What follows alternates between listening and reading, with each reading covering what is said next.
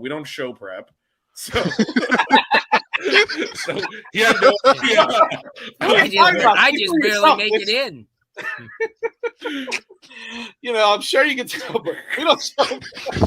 I mean, let's put the cards down on the table here.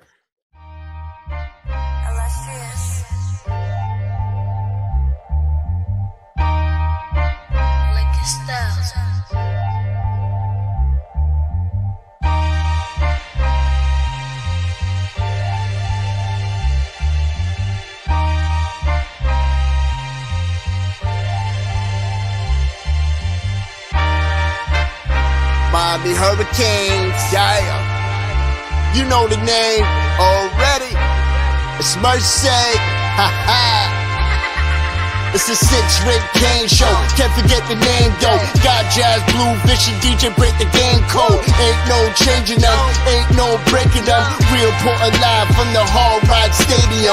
Ball 14 for the orange and green. We see the 6-Rick champs. There's more than a dream. This is life on the field. Beyond 100 yards, a hurricane that's never still put a damage to your squad.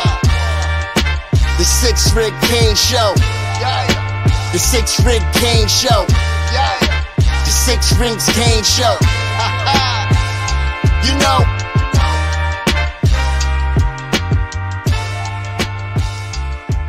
What's wrong with us? Seriously. What's wrong with us? We're Miami Hurricanes fans. Welcome to the 6-Rings Kane Show, a show dedicated to Miami Hurricane sports, featuring the legendary Larry Bluestein, Jazz Santana, Vish, and Danny Gillette. Let's go Canes. Hey, welcome back, everybody. Good evening. We got the whole crew with us here on the 6-Rings Canes show, back at it again. We've got, what is it, Vish? T-minus 49 days now and counting? Should be 48 days? I didn't know there was going to be math. This isn't right. I think it's 48.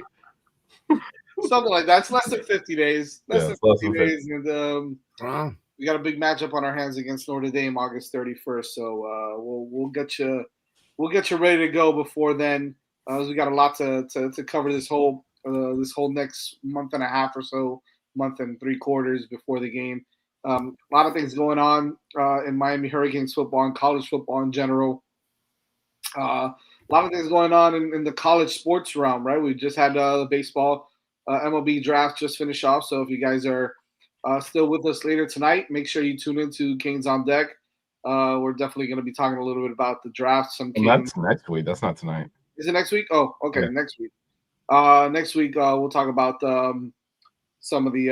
We want to see who signs and who doesn't, because there still could be picked up. We should wait. You're right. Although we kind of have an idea already, because we didn't have too many guys go later than the 10th. I mean, earlier. Yeah, we've lost guys though as like undrafted signings and stuff before, which we've seen, right? We've seen crazier things happen, but So I guess we will. Yeah, that's next week. We're gonna. Some noticeable guys. Some noticeable guys. Brian Walters was drafted in the 9th round, I believe. Griffin Hughes. Congratulations to him getting drafted in the 3rd round. So a nice slot for him there. The draft was just weird. A lot of underslot picks, but we won't get into that because this is the football show. However, just wanted to mention that and some other players that were potentially going to make it down to Miami. Might not, but some will. We got some confirmation. Robbie Evans is back as well, so we're excited about that. But before we get into it, we got a lot to cover. Let's talk about our sponsor here in You Break Will Fix. Have you ever run over a pothole so hard your steering wheel shakes? Are you constantly losing air in your tires and you need to keep adding it? Chances are there's an issue with your wheels, and You Break Will Fix is your solution. You Break Will Fix is Miami's premier wheel repair and restoration company with over 20 years of experience and located in North Miami. You Break Will Fix offers quick repairs for damaged wheels, and in most cases can offer free loaner wheels to keep you on the road while they repair your damaged wheels. So if your wheels are looking weathered and it's time to freshen up your car, don't replace, refinish. Their in-house wheel refinishing solutions, such as powder coating, machining, and polishing, will give your car the like-new look it deserves. So contact Mark and his staff at 305-748-0112 or on social media at You Break Will Fix. That's the letter U, Break, Wheel, Fix. Mention 5 Reasons Sports and get 5.5% off your next repair. Check them out. It's U-Brake Wheel Fix, powder coating, and wheel refinishing. 305-748-0112. All right. Yeah, so got a lot of things to cover today. Yes, nice hoodie, Vish. Nice hoodie. Nice hat, too. The hat is a nice one. It's a nice little homage to the Panthers there. I like it. Recruiting has been a little bit of a whirlwind recently for the Miami Hurricanes football program. And we definitely want to talk a little bit about it. I know Larry Blue, you're out there a lot on the recruiting trail, talking to a lot of these kids, talking to a lot of programs, South Florida, Central Florida, North Florida, all over the country. You've got your nose right in the middle of things. You've got your, you know what's going down. Obviously, there's a lot of talk, a lot of disappointment, a lot of happy folks. There's a lot of different mixed emotions when it comes to recruiting. Always, obviously, the NIL is a huge part of it. But there's also, the part that is the truest part of it, the most, how can I say, the most, what we want to feel is the genuine part of it, which is the love for the sport, the love for the game, the love for the school that you're going to commit to. I know that still rings true in a lot of kids' heart. I know that still rings true for a lot of players. It's not just about the money, man. It's the truth is the game has changed. The recruiting has changed. A lot of teams are either better or worse. There's a lot of different things going on with regards to that. But my main focus is obviously Miami Hurricanes football. I think we all are aware at this point. And I'm definitely going to go around the horn with this one. But I think we're all aware that Miami has missed out on a few recruits recently, right? We can name quite a few of them. And guys, the likes of James Johnson from Northwestern, Bryce Perry Wright from that committed to Texas A&M, Lamar Brown, who just recently pledged to LSU, Calvin Russell, which was a bit of a head scratcher at some point for a lot of people, but maybe not for others. Going over to Syracuse, Derek Cooper, not sure where he's going yet. He commits on the 20th, but a lot of people are saying he was our prized possession. Doesn't look like he's going to be committing to Miami anymore. So there's a lot of news circling him. So we won't speculate where he's going to go yet, but it's not the greatest of news. So we want to kind of touch on that. Another one is the three safety trio: Devin Jackson, Tyree Green, Blake Stewart. All those three guys that Miami was heavily in the mix for and or favorited to land, amongst others, has been of a tricky thing, has been a little bit confusing for a lot of South Florida fans, but it's also, I feel like it's, for the fans and for everybody right now that are complaining and going crazy, I feel like this is that time of season. It's kind of par for the course. I mean, everybody starts to go crazy if you miss out on one guy. The funny thing is, right, before we get into the reasons why I want to kind of go around this, I saw a buddy of mine, you guys know him, Mike McCoy. You guys are familiar with him. He tweeted out recently, which is funny though, right? I don't know if you guys saw it. He said, everybody is upset that we didn't land this 3-star recruit, but if we would have landed him, we would have been upset that we landed a 3-star recruit.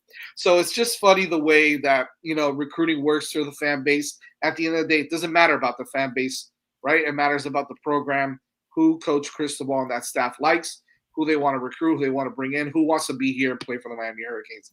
But it's just funny how that works. Blue, I don't know if you wanted to answer this question before we got into what I wanted to ask. Did Lamont Green pass away today? Yeah, he did. Yeah. That sucks. Yeah, kind of crushing. One of the guys that I started recruiting when he was 13 and 14 years old. One of the best. He was the number one. He was the last Dade County player that was number one in the country. Wow. Overall. Wow. And that was back in the 90s. So. Rest in peace to Lamont Green, and definitely. Prayers to his family, his son, who transferred from FSU back down here to FIU, and to his whole family. Good dude. Sorry to hear that. Poor guy, man. It's Plum.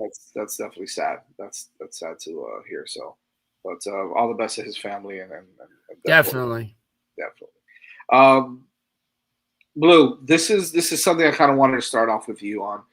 Kind of go around the horn, and maybe we'll go to DJ and Fish after this. But there's no secret about it, right? There's this past off season, and even going into now, right? There's been a lot of change. Believe it or not, a lot of people don't realize how many changes there has been within the Miami Hurricanes organization from a coaching standpoint. Not necessarily the higher ups, right? The only one that you saw particularly was the defensive coordinator, and we brought in, running backs coach, some new guys there. But we're talking about the guys that are in the background, the guys that are constantly recruiting, the recruiting gurus, you could say, the staff that's behind the analytics, the staff that's behind setting all the visits up, the staff that's behind, creating these relationships, like a Pop Cooney, right? Like those kind of guys. Some of those guys are not around anymore, right? And so you hire some new blood, some new guys, some different guys, not necessarily any worse or any better, but you hire some new guys that might not necessarily have the same relationships that some of those past or previous coaches had within South Florida, within specific schools, high schools, coaches, etc. Now, the reason I bring that up is because could this be a possible reason that Miami has potentially missed out on a couple of these big name recruits, such as a Calvin Russell, such as potentially a Derek Cooper or Devin Jackson, and so on and so forth? The list goes on and on and on.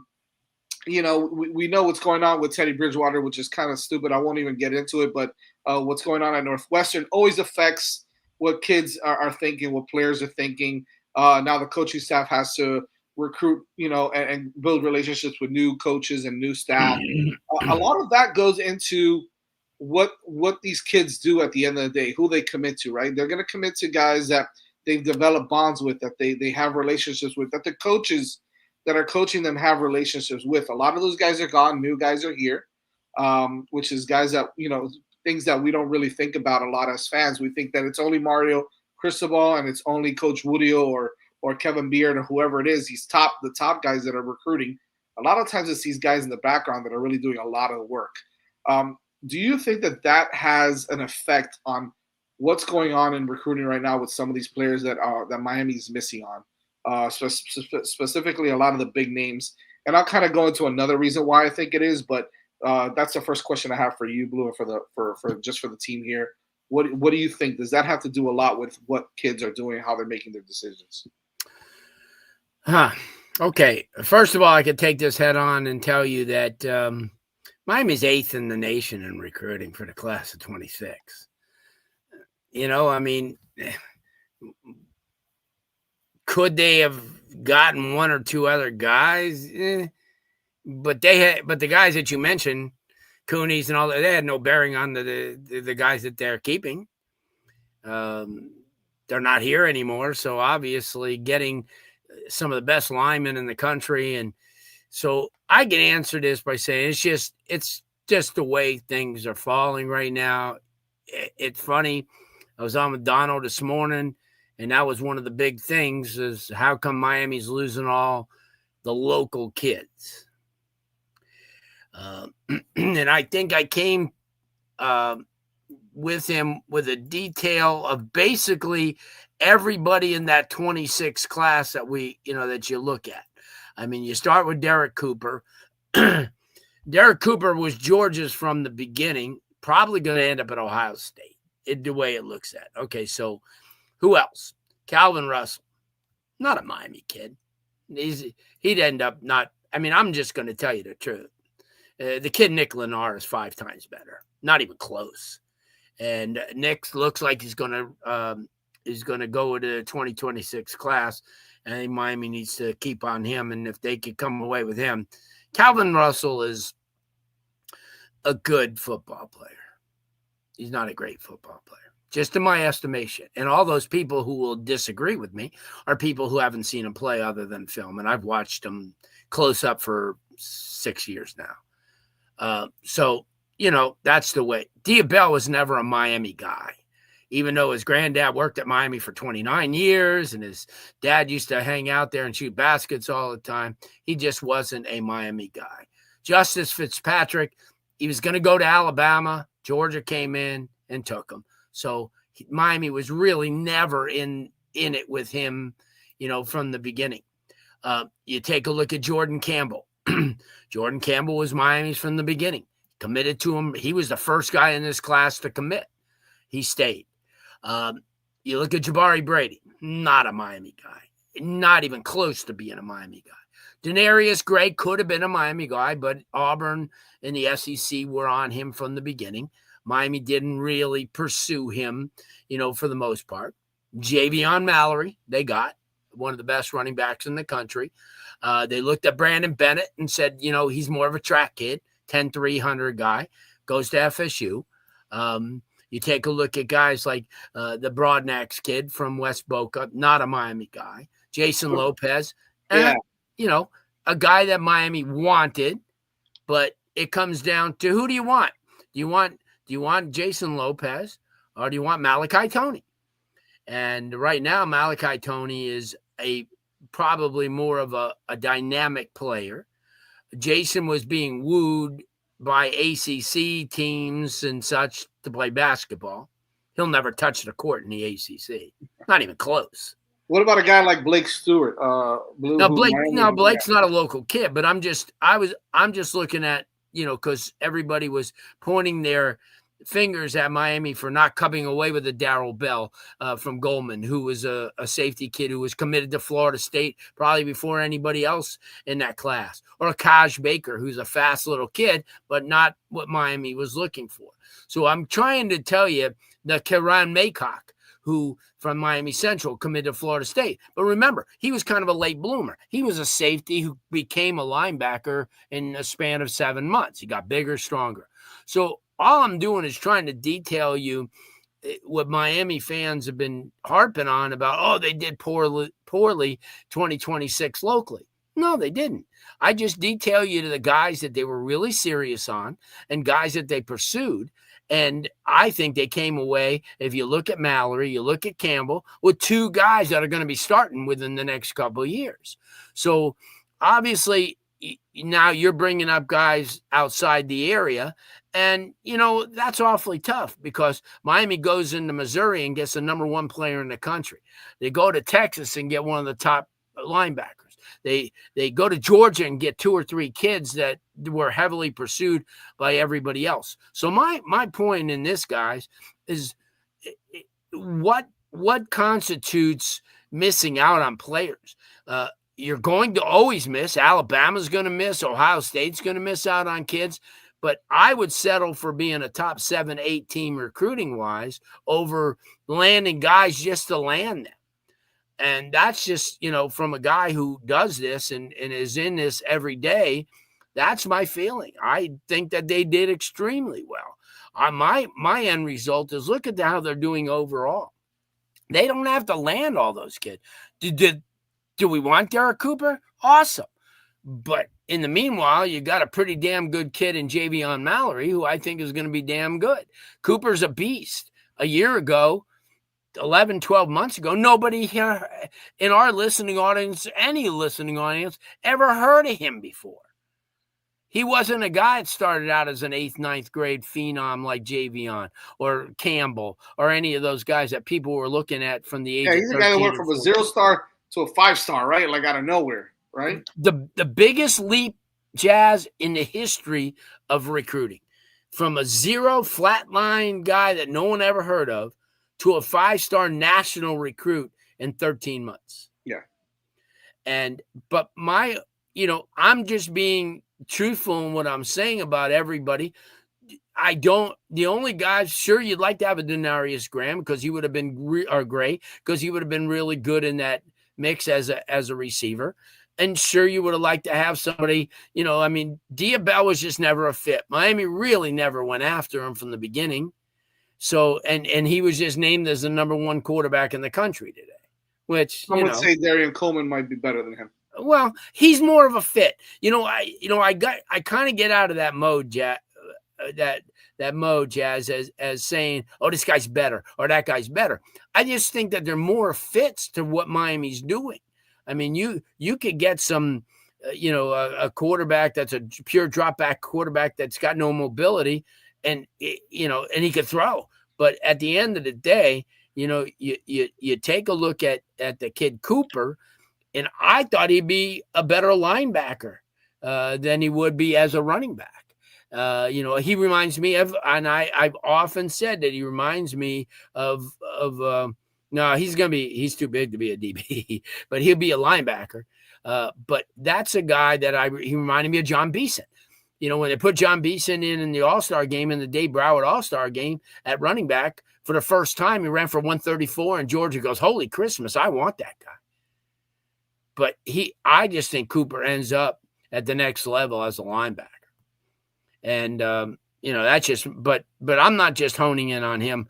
I'm just looking at what are fits for this program where, Miami's gone from those 6'2", 6'2 and a half, 6'3" linemen to 6'6", 6'7" kids. See that? You look at it, they have 4 kids over 6'5" on that line. They never had that size before, but that's where they're going. You look at their linebacking core. They're looking now for those linebackers that are coming out of high school at 220 and not 195. So it's a matter of who you're recruiting, and it's a matter of what's going to fit the systems that you have. And you look at the Heatherman guy, he's a very aggressive type of guy that likes mobility with his linebackers. He likes his linebackers to pursue. He likes his linebackers to line up at the edge. He likes them to drop back into pass situations.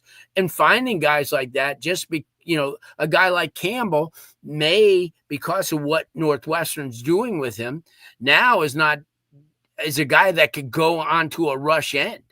He could put on some weight and be like a Corey Moore. He's quick off the edge, but he also has the mobility, maybe not the total mobility, but enough mobility to drop back into pass coverage if he has to.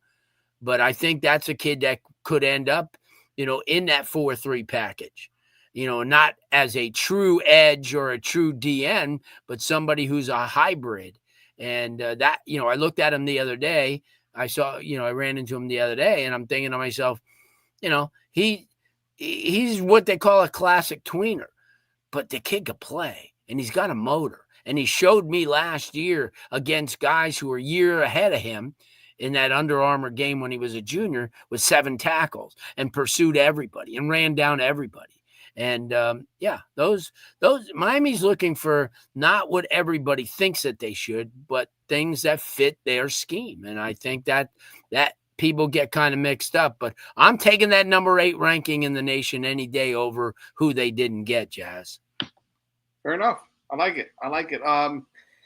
DJ, your thoughts on, just the whole recruiting as a whole, like, and I know I mentioned that there's been a lot of changes in the staff. Does that hurt momentum? Does that change the way some players are seeing the staff, or is it more of a, is that more of a, fans or just people trying to put stuff out there to try to make sense why they didn't get the guy that the fans wanted to get, right? Not necessarily the guy that, that Coach Mario or that staff wanted to get. Or is there an issue that needs to get resolved? Because look, we all talk about how great coaching staffs are in Alabama and Georgia and Oregon and Ohio State, and how the relationship that those people build. Like, for instance, there's not a top wide receiver in the country that Brian Hartline's not going to get, right? Right. And that's just, the number 1 receiver in the country, it's going to Brian Hartline, right? Like, that's just the concept already, the idea, okay, there's no other way around it. But is that the case where Miami is having a hard time because they're competing against, the monsters like the SEC for a trench guy like a defensive tackle, that they are competing with the Brian Hartlines of the world for the top wide receivers? Because I think winning is not the problem. You just won 10 games. Right? We should be okay with recruiting based off of our winning. Is it, well, it's the ACC and it's different than the SEC. I mean, there's a lot of things that people could be talking about out there. What's your take on the reason why we maybe potentially missed on these players? Or are we are we looking too much into it again? Because I know we spoke about it last week, but now you had 3 more guys that Miami was really looking hard at, and they kind of missed on as well. Is it becoming something where it's a bit of a concern legitimately, or is it just thank God for the transfer portal, because I think those things kind of get fixed that way as well. Yes, to all the above, to some degree, because I think building relationships is extremely important. And, when you look at a guy like Brian Hartline, I feel like that comparison, while using that example, like he's probably the best in the country at what he does. So I feel like that's kind of a lofty measuring stick. Not that you were necessarily measuring the staff, but, I do think relationships are important. And, I do think staff turnover, with this program can play a factor. And I do think that building relationships are important because, you can have kids committed to a program, but now you have to keep them there. You have to keep them there, and you have to constantly recruit them every season, right? And so I don't think it's a concern that we missed out on some kids, because that's going to happen. This coaching staff has shown that they can develop the kids that they have really well. And, despite the end results of these seasons, we have had winning, seasons in their own right. And, like Blue said, I think we have the number 8 recruiting class for 2026. So I don't think there's any reason for concern. But I do think the constant staff turnover, while we've brought in quality coaches, I don't think that's helped in recruiting in terms of building relationships.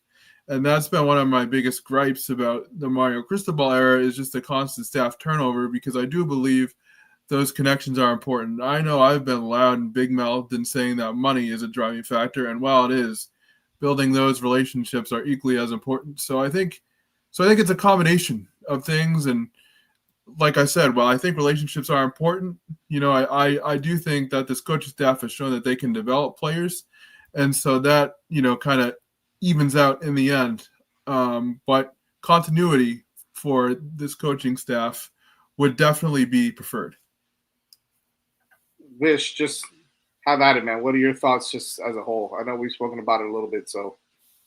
Yeah, I tend to agree with Blue here. It's a top 10 recruiting class. Like, I don't know exactly what we're looking for. I feel like if the recruits committed in a different order, we'd be talking about all this momentum we have versus, we're missing a few guys in July, and all of a sudden people freak out when in June I was doing the show notes. It was a pain in the ass because people kept committing. We had to keep updating the notes.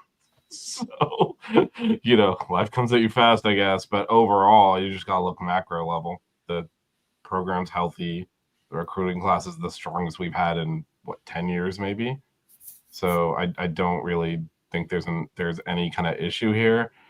And honestly, I'm not dismissing the importance of staffers, but these are not on-field coaches. These are not the ones that are going to have to develop the talent when they're here. And if you're relying on the off-field, back office staff who play an important role, but if they're the deciding factor, you've done something else wrong. And I understand, and the coaching staff turnover was necessary. Did anyone want to run that defense back? I mean, we can say the team won 10 games, but we won 10 games on the offensive side. Like, there was a necessary nuking of the defensive staff.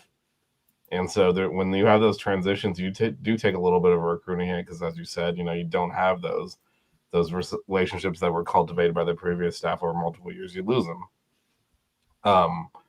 But, I mean, that definitely had to be done. I don't think there was any question. I think we did have some success. You can see several of our commits have ties to were heavily recruited at Rutgers in Minnesota. So we leveraged previous relationships from our new staff. But yeah, some of the guys, we'd spent years kind of cultivating. Yeah, you lose the connection there and they start looking around. But overall, I mean,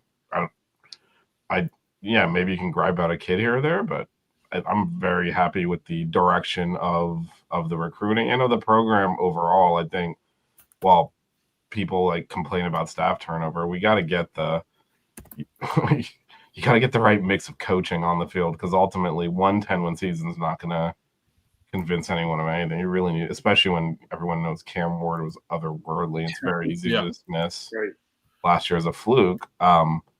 So yeah, they got to keep producing on the field, and then it'll make it easier to recruit. But top 10 recruiting class coming off of 10 wins and having the number 1 player picked in the draft, I feel like the trajectory's up. So I'm not exactly sure why people are upset. Well, go ahead, DJ. Go ahead. Oh. I feel like some fans, and I don't necessarily agree with this, think that the team has underperformed the past 2 seasons. And while, like I said, I don't agree, I feel like they think that, missing out on this recruit and that recruit is just adding to it. But, I do get the sense that fans feel kind of frustrated with how these last couple seasons have gone. And while they've been successful, I do think some fans have an unrealistic view of where the program should be. Yeah, I mean, and on the, I think a fair assessment of last year is the defense was so bad it blew an opportunity. But that defense was like a 3-win defense that won 10 games because of the offense. Yeah. I think we tend to look at it from a standpoint of that offense, you should have won more. Yeah. Meanwhile, the defense was so bad that you should have won less with that defense. And then 2 years ago, I mean, which recruit would have told Mario to kneel the ball? We're 2 years removed from that. So there's been things that I agree has kind of festered and kind of built into that skepticism, but these are oddball things. And I think, we play the result a lot, right? And also, I mean, expectations change as the season goes on, right? If we had this conversation at the beginning of the season on record-wise or how our defense was playing, we'd be like, holy crap, this defense looks great. And then after the USF game, we started, we gave up 1,000 yards a game, and now we're like, holy crap, this defense is terrible. We still won 10 games with this defense. I mean, it's pretty remarkable. So, however, you're already disappointed because you feel like you should have gone 12-0 because of how good the offense was. They were unstoppable. So it's like, I mean, hindsight's 20/20. You can play the result all day long. You can, the expectations are going to change every single time. So, I think the season was great last year. I know we had some downfalls at the end. I know the defense sucked, but I think the expectation is to always win those games. Now you have to win 10 games. Now you have to compete. Now you have to have that blue chip ratio where the bottom line is, I don't care what anybody says. And I know I've said this a million times. I've spoken to Vish about this a million times. I don't care where you get the players from, as long as you get the right players that come in and help you win games. I don't care if they're from Alaska or if they're from Zimbabwe. I don't care, right? To me, shout out to Martin from Zimbabwe, baby. That's why I said Zimbabwe. Vish. That's. But you know what I mean? I don't care where you get them from. Some of our best players have been from outside the Tri-County area, right? We can talk about the Ed Reeds. We can talk about Ray Lewis. We can talk about these kind of guys that didn't even go to school in South Florida, right? So we could talk about the Ken Dorseys of the world and so on and so forth. I mean, obviously, some of our better players were also from down here, but Portis, right? Clinton Portis and so on and so forth. The list goes on and on and on. So for me, this whole thing about having the Tri-County area on lock, I get it. It means a lot, right? It means a lot. But at the same time, you got to go out there and get the best players. Hence, Jackson Cantwell from Missouri, right? Go get a guy from Georgia. Go get a guy that's going to help you win from Vegas or from Alabama or from Texas and North Carolina. Go get those guys also. I think that as a whole, I think fans and everybody else are worried too much about the state of Florida and the Tri-County area. There's a lot of great players here. There's a lot of great skill position guys here, right? But sometimes you got to go outside of the Tri-County area to get that big-time offensive lineman. The problem is with the tackles and with the offensive linemen is that the SEC is king. And until you start winning ball games and start winning championships and ACC championships and 10 games consistently, you're not going to compete as much or as highly as you think you would for the top end defensive tackles on a yearly basis, right? You may get your Justice Scotts. You may get, an Artavius Jones who was highly ranked. You may get some of those guys, right? You'll get some. You'll get some guys like Anthony Kennedy out of Arkansas. You'll get some of those guys every now and again. But the Bryce Perrys, the James Johnsons, the so on and so forth, right? I can list a whole bunch of guys. The Lamar Browns, those guys, to get them consistently, it's tough. So you got to do one of the two things. You got to win some national championships, the ACC championships, or you got to move to the Big Ten or the SEC, right? Like, and that's a whole other arroz con mango that I'm not going to get into right now. But I there's too many moving parts right now. I'm not saying that couldn't happen, but like, there's a lot of things that go on when it comes to that. And the truth is, man, unfortunately, you don't want to live there. You don't want to make a living in the transfer portal, but the transfer portal solves a lot of issues. Yep. Right? So if you've got a deficiency at defensive tackle, what did Miami do? They went and got David Blake. Right? Like, if they had a deficiency at cornerback, now we might have the best defensive backs, which, by the way, we're going to talk about now. The best defensive back field in the ACC, at least. I know that Blake Stewart, and I was talking to with Vish about this earlier. Blake Stewart put us at number 2 in ACC in recruiting when he committed to Clemson. Clemson now has the number 1 class, but the bottom line is where I was getting at with recruiting is you got to continue to stay in that top 10. You got to stay in that top 5, because the fact of the matter is those are the teams that win titles. For us to sit here and dismiss the fact that if we have a number 15 recruiting class or a number 20 recruiting class, is not going to cut it. Regardless of how happy we are with the players that are here, the truth is that blue chip ratio is an actual analytic that makes sense, that is tried and true, and that's how people win championships. If you don't have that blue chip ratio, if you don't have those top 5, top 2, top 3 classes consistently, you are not going to win. So you have to go out there and you have to do that on a consistent basis, because more times than not, those recruiting classes are going to lead you to that promised land, right, to the national title. So all I'm saying is that I don't care if it's coaching, I don't care if it's player development, I don't care what it is. Fix it, figure it out, keep moving forward, continue to recruit the way you're recruiting, right? We maybe miss out on a position or two. The transfer portal will fix all. If you're telling me right now, from a depth standpoint and from a team standpoint, Blue, I'll go to you just really quick, because we got to get into the cornerbacks. This team right now that's on paper is a top 10 program in the country, player per player, when you are going to compare them to other teams. And I've done it, right? I've looked on paper, and I've looked at the offensive line. Name me a better offensive line. Very hard to do, right? We might be facing one that's just as good August 31st, but very hard to compare a better offensive line that we have in the country. Very hard to tell me that we have a better backfield than a lot of other teams in the country. Backfield, not just one running back, right? You can go Penn State probably has the best backfield in the country, but Penn State, Notre Dame, Miami, those are the top backfields in the country. Wide receivers, you got JoJo Trader, you got CJ Daniels, you've got Malachi Tony, you got Ray, you've got, and the list goes on and on and on. So as a whole, you got a pretty good wide receiver group. I think the people are idiots that are counting out a Carson Beck. It makes no sense. We can go into quarterbacks when we get there this season. In the next couple of weeks, I'm sure we're going to go over the rest of the positions. But the fact that they are writing off Carson Beck makes absolutely no sense to me right now, because he's one of the top quarterbacks in the country. He was the number 1 quarterback coming out of the transfer portal, and now you're not going to give him the credit because why? Because he's at Miami, or because he had half of a Tommy John surgery? I don't understand what's going on there. But we still got Mario. We still got a great recruiting class, and I think that set aside all the noise and just continue to fight and just continue to grind it out. And I think you win ball games, you'll start. People start complaining less, but you still always look.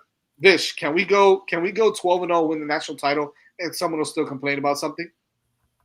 Yes, I've seen them do it. 100%. So why'd you put the backups in against Nebraska when it was 34-0 at the half? It was a legitimate complaint. I'm like, I mean, it's just ridiculous. So, I think we'll be. I think at the end of the day, you get worried a little bit. Does Miami have to make some changes? Maybe they got to shift some things around. They got to do some things a little different, and that's fine. But that's all that Mario's going to do. He's going to see what's the deficiency is. He's going to pivot. He's going to make a change, and I think that you might win a couple of these battles down the road. You still got you got 20 commits. You still got room for another 8 to 10 guys. I'd be interested to see what they do. They had a small class last year, so this class I know they're going to have a bigger one. So before we get to cornerbacks, real quick, I think DJ, there's one comment DJ wanted to address, but just on the point you just made. So I kind of don't agree that I'm looking. So I know Ohio State, we talked about the receiving class. I'm looking at the year before that, Michigan won the national championship. Their recruiting classes leading up to that 10th, 13th, 19th, 17th. Yep. They don't ever do that. So I don't agree at all that you need to be top 5 to win a championship. I don't think it's always. The boat has moved. Always happened that way. No, but the majority of times it does. Look at everybody else has won those national titles. And look at Ohio State. Literally, you just anyway. Those are facts. So I don't know what to tell you. The second thing is the SEC had one team undeservedly put into the playoffs 2 years ago, and they lost the first game. They had one team in the semifinals. They got outplayed completely. They have not had a finals participant in the last 2 seasons, despite getting benefits of the doubt with seeding and more teams in. And conferences don't win, teams do. And now that Georgia and Alabama have to compete a little bit more on a little level playing field that everyone's paying money, you've seen that gap close down.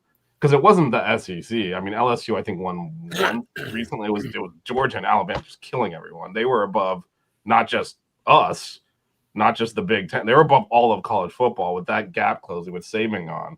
LSU won 2019 for reference. Yeah. It's really been Georgia and Bama just killing people and being you watch them playing, they're playing a different sport. Yeah, that doesn't happen anymore, and so we've seen this kind of that shift has happened.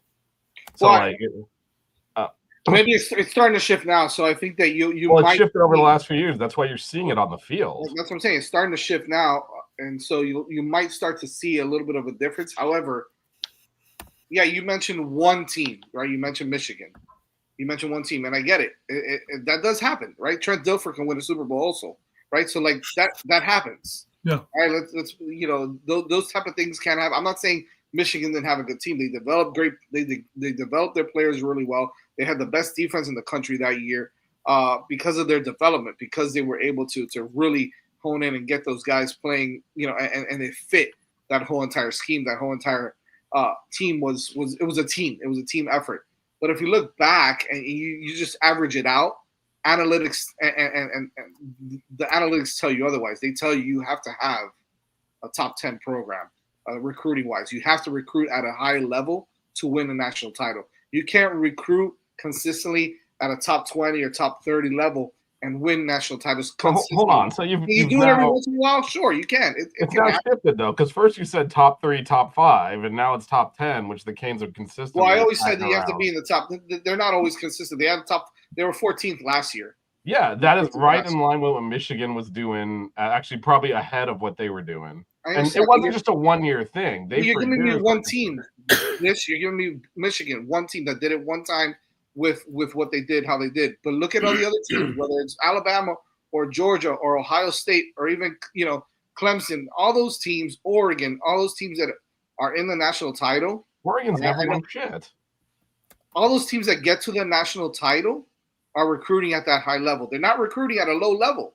So what was Notre Dame's recruiting classes to make the championship game last? You're arguing with me that a team that recruits at a low level is going to make a national title? No, I'm arguing with you that your statement that you have to do that to compete is wrong. You do. You have to do that to compete. You absolutely, factually do not need to recruit in the top. I gave you facts. You're giving me one example. You're giving me one example, and I'm giving you 10. Well, then you brought Oregon in and said, well, make the championship game. I haven't looked, but I guarantee you Notre Dame wasn't doing top 5 recruiting classes. I guarantee you they were. They were doing a top 5 and top 10 class. I guarantee you they were. Look at Notre Dame's classes. You changed it to top 10 now. We can go back to come on, man. Semantics. We're talking about 5 to 10. We're talking about a top 10 class. That's a bit. Top 10 I will say that's a big gap. 5 to 10 is no, a it's not a pretty. big gap. That's the thing. It's not a big gap. Top 10 recruiting classes outside of the top 10 is a bigger gap than the inside the top 10. And I mentioned top 10 earlier, and then I said top 5 also. Yeah, you need to have a top 5 class, but a top 10 class or less, and you're going to compete for titles, and you're going to be in championships on a consistent level. I'm not backing down from that at all. 100%. That's my statement. That's what I mentioned. You have to have a top 10 class or better to compete at a high level and to be in the championship games on a consistent basis. You have to have coaches that can develop. Look at the numbers, and I will eat crow if I'm wrong about because Oregon hasn't won anything, like Vish said. So, and Oregon always has really good classes. I think Michigan was a case of developing really well. So maybe they're the exception to the rule. But I mean, have they made the national title? Have they been competing for titles? Have they won Michigan won or Oregon championships? Like I mentioned, Michigan or Oregon. Oregon. I mean, yeah, but then they get the doors blown off them when it matters. The point is, did they make the conference championship? Did they make the national championship? Yes. Would you rather get your ass kicked in the national championship or not make the playoffs at all? What are we talking Honestly, about? That's a tough one. Here? Come on, let's be real. Come on. I mean, get your ass kicked in the national championship, but I'd rather 10 times out of 10 and rather than not making the championship. I mean, fine, get my ass kicked in the national championship game, but I don't know. I think Oregon is an interesting example. They still made the championship games, and they're consistently in the top 10 and fighting for national championships and fighting for conference championships. And we're not. So we need to start doing better than that. Yeah, I just looked at Notre Dame's recruiting rankings, and they have the 3 classes leading up to them making the championship game last year. None of them were in the top 10 because they developed. They switched coaching staffs in the middle of that too. I know, Marcus. Yeah, that's right. Marcus Freeman came in 2 years ago? Yeah. Mm-hmm. Was it 2 years ago? Yep. All right, we can go around in circles about this all day. Well, I do think it's an interesting. That's what you're doing. It's like this train wreck. All right. Anyways. Sorry, wait. Deej actually didn't want to talk about. Hold on, let me pull this comment up. He asked it. Let's see. Just a second. Where's it? Here we go. There you go, DJ. I know you wanted to comment on this. So on this, it's not a relationship problem with the recruits. They may not have a bad relationship, but if you have a constant staff turnover and you don't know what scheme you're going to be in, then that's where the problem lies. It's not about not having a good relationship with Mario or the fact that Mario is not a good recruiter. He's one of the best in college football. It's about staff changes that lead to, scheme changes, and then recruits may not see where they fit anymore and things like that. And, continuity and getting recruits that fit your system and having coaches that stay, are what I was trying to get at. Mario is a damn good recruiter, but it's about building the consistency within the coaching staff that leads to, recruiting success.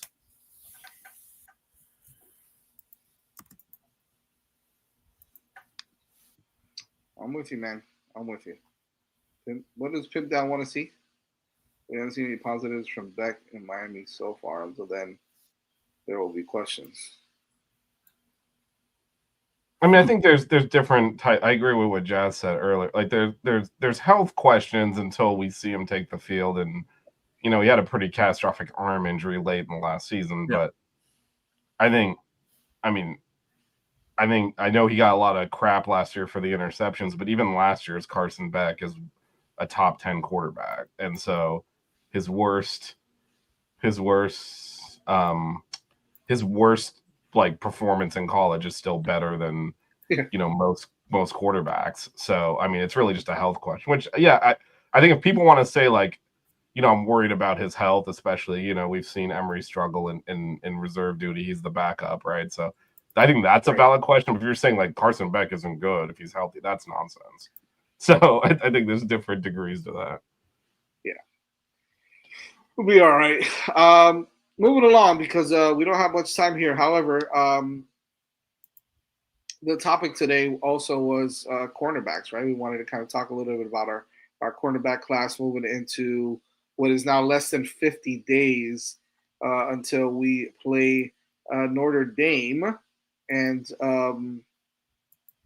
this was a class where last year there was a lot of question marks, and as the year got moving, the question marks became bigger and bigger and bigger. Right, we lost a lot of guys like Jadaeus Richard to injury, Damari Brown to injury.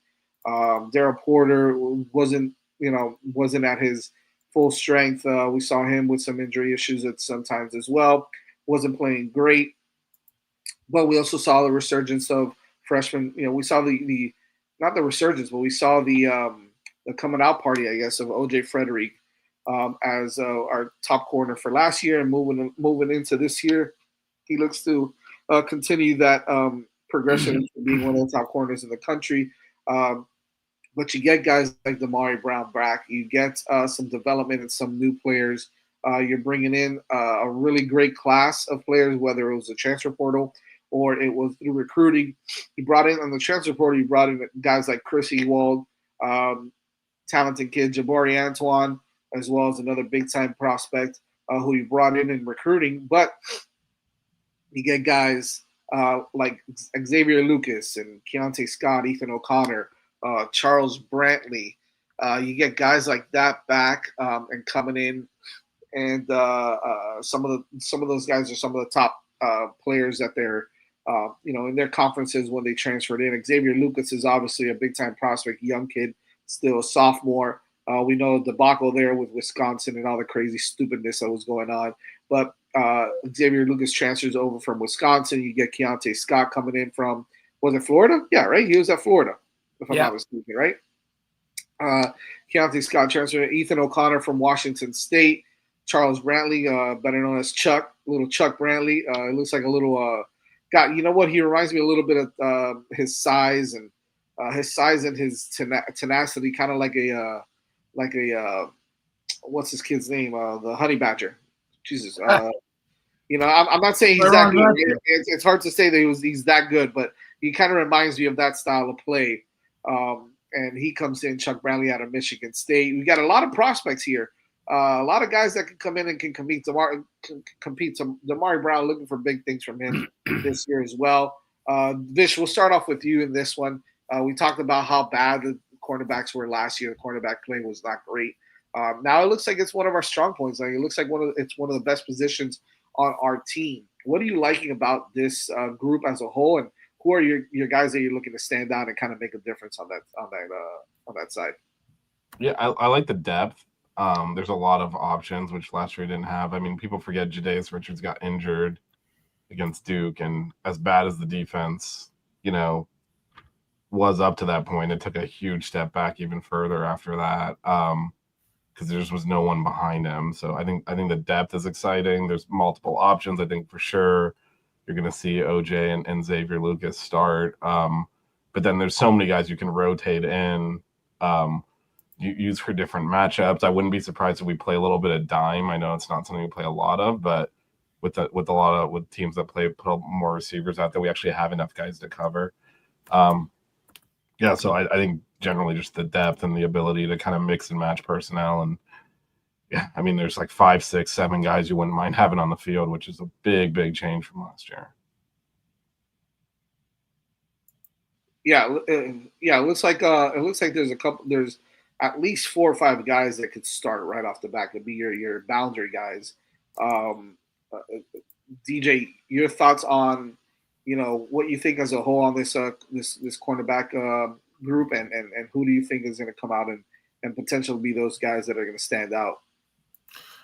I was really impressed with the way Frederick was able to step up and play at a high level last season, and I don't expect him to decline in any way. He has a chance to be, one of the best corners in the country if he's not already, and he's going to really, I think, have a fantastic year for the secondary. And when you look at this corner room, I feel like there's a lot of physicality, and I like the physicality that these corners can bring.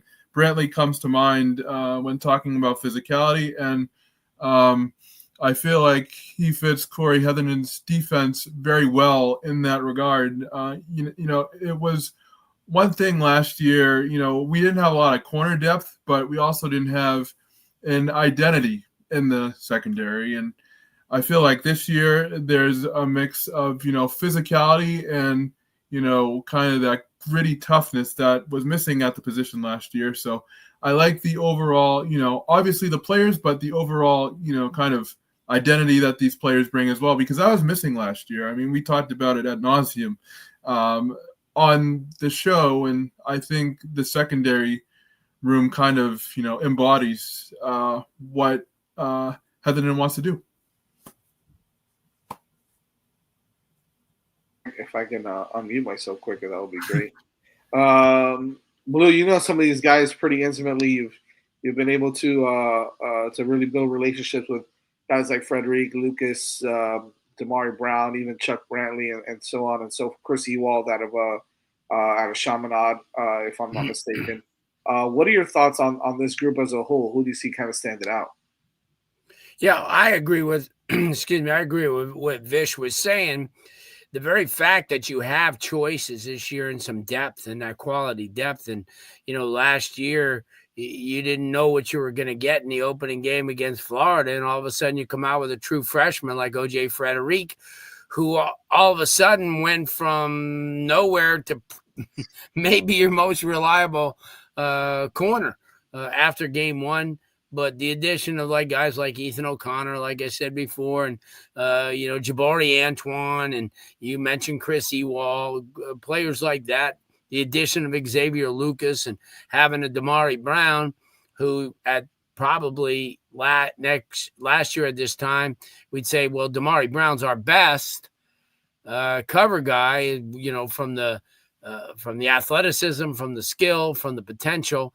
But it's not like that, because now you have guys who have been around like Chuck Brantley or Charles Brantley, whatever you want to call him, guys like that. And you have an opportunity to, with a tremendous safety core that's going to definitely give these corners, a lot of help. I mean, like I said, I don't, and I was saying this the other day on a podcast that I happen to have been a guest on, that you look at some of the players on Miami's defense, and I think that last year at this time, I don't even think we even mentioned the secondary as being, a place that even had an opportunity to kind of be, the leaders of the unit. But I think it's changed to the point where it went from by far the weakest part of the defense to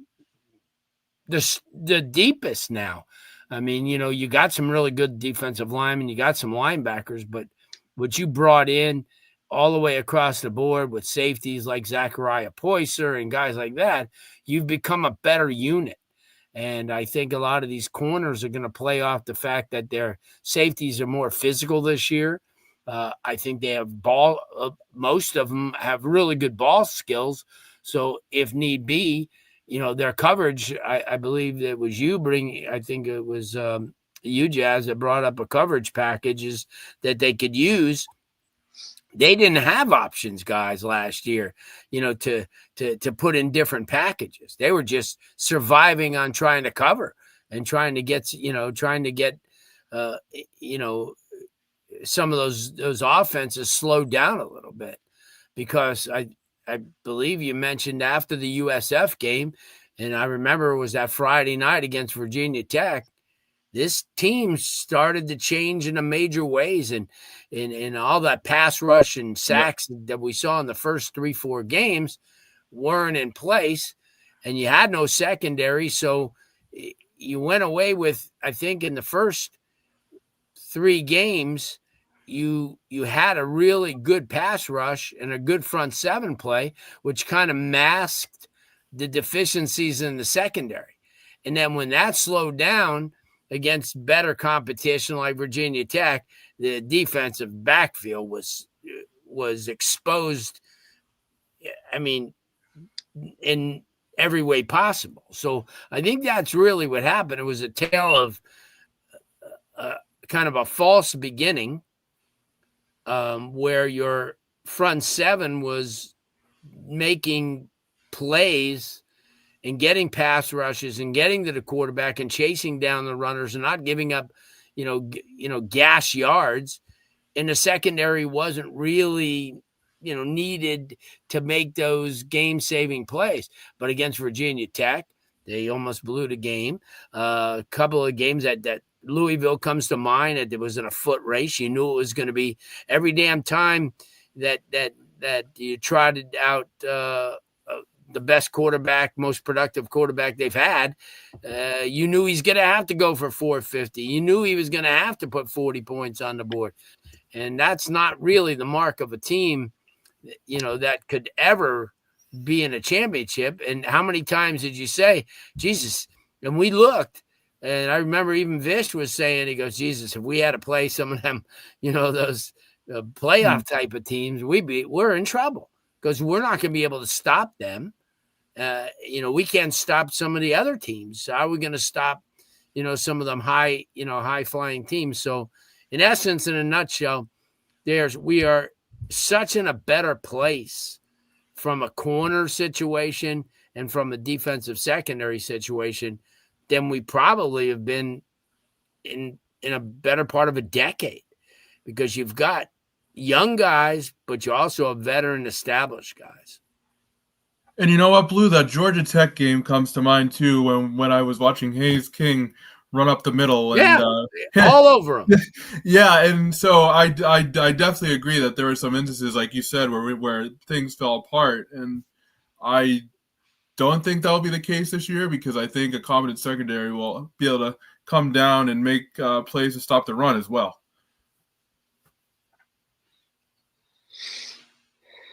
Yeah, I think with the cornerback situation here, it's I don't think it's a question of numbers and of talent. I think at this point we just have to see it all together and kind of working as one whole unit. I think the guys that they brought in to coach them, Will Harris, Terry Jefferson, bringing Terry Jefferson back in from Jacksonville State. I know it was obviously a big deal in bringing in a guy like Zachariah Poyser and whatnot, but I think he's done such a great job. And he was one of those guys that was, you're an assistant to the assistant of the cornerbacks coach when he was here, right? A guy that was able to bring in some pretty good talent while he was here, helping him in recruiting and development of those guys. Once he left to Jacksonville State, you saw what he was able to do there with his position with the defensive backs. So having him come back and coach these guys up and develop these guys along with Will Harris, I think is a big thing. Will Harris is known for his development. So I think that from that standpoint, I think Miami's going to do a great job of being able to put these guys in a position to be successful. And I think that if you have a strong defensive backfield, I think that's going to take some pressure off the front seven, the front four, and so forth, right? So and the other way around. I mean, and vice versa. If you put some pressure on from the front four and the front seven, which the front four seems to be, one of the best in the country as well. Here, now you're talking about the opportunity for these cornerbacks to make a lot of plays. I do expect OJ Frederick. I expect OJ and maybe a combination of a guy like Damari Brown or maybe Xavier Lucas, with Chuck Brantley on the inside. Although, Ethan O'Connor, I think, is going to have something to say about it. I think Jadaeus Richards is still a little hurt. I'm not sure if he's ready to go 100% yet. But you got a lot of guys there in that position, and even some of the younger guys that are going to put some pressure, like Ewald and how am I blocking out? And Jabari Antoine, they're young guys, so they're still developing a little bit. But don't rule those guys out. Keontre Scott is a vet who has played in the SEC. He's more of a physical kind of guy, but he's fast as hell, as all hell. At least that's what NCAA says. He's got a 96 speed. So I look for him to maybe make some noise, maybe in special teams also, right? Like that's another thing. These guys, these cornerbacks can make some noise in special teams. We've seen how many times have we seen them come down on kickoffs and cause a fumble or return some kicks. Some of those guys are some really athletic players that have some speed. So, it's going to be fun to watch. I think it's going to be a good. I think it's going to be a good group. I think it's definitely going to be a good group. Next week we've got a jam-packed show again.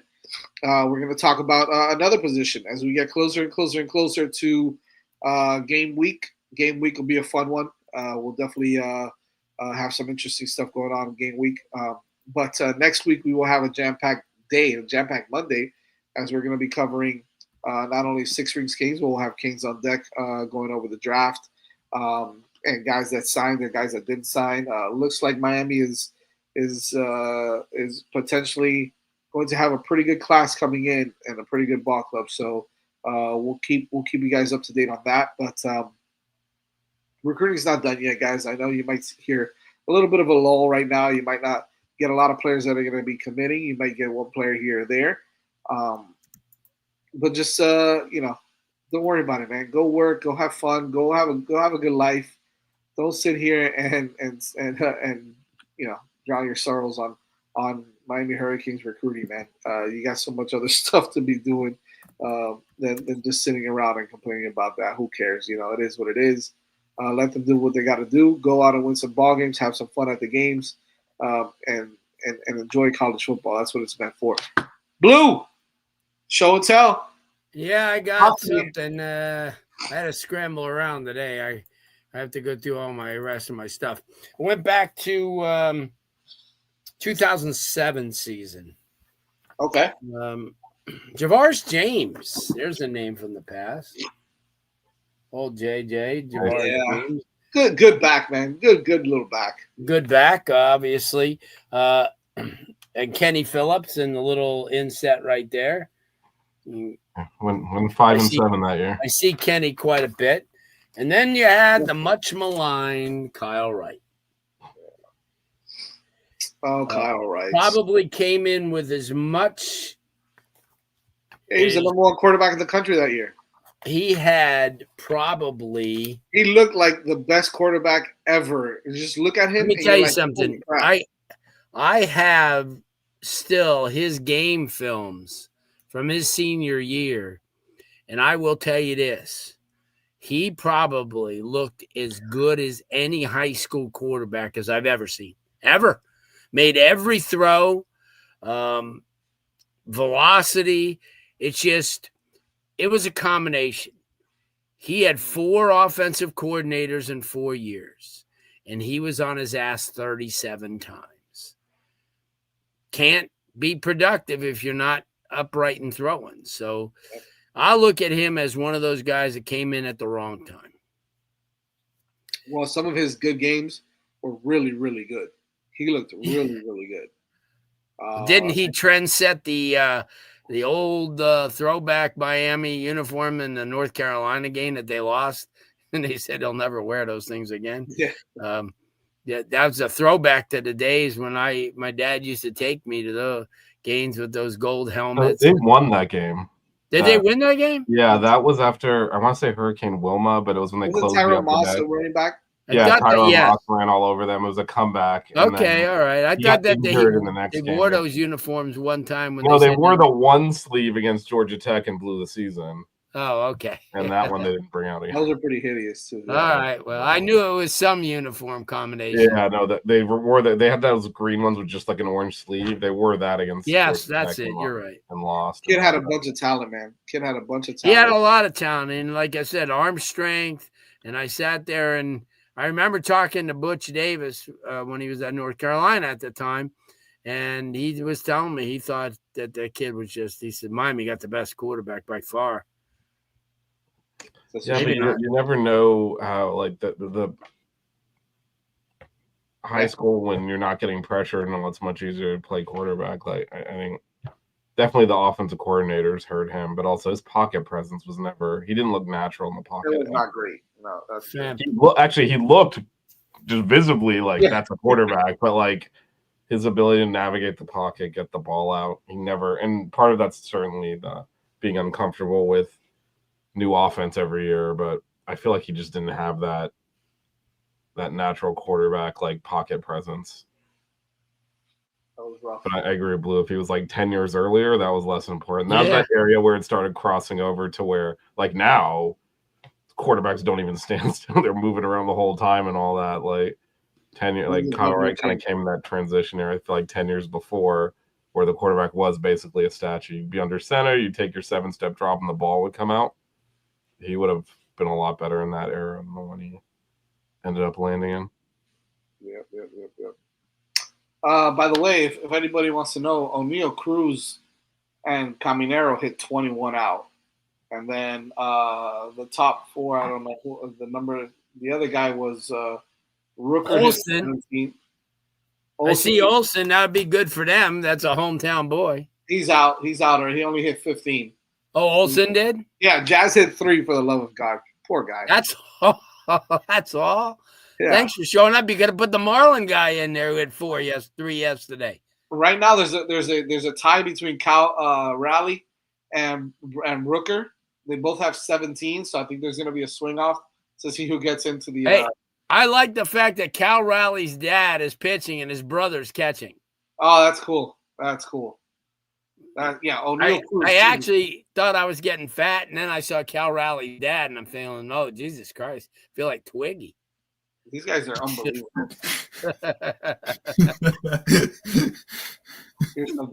But how would you like to be his brother? 14, 15 years old and catching. That's pretty cool.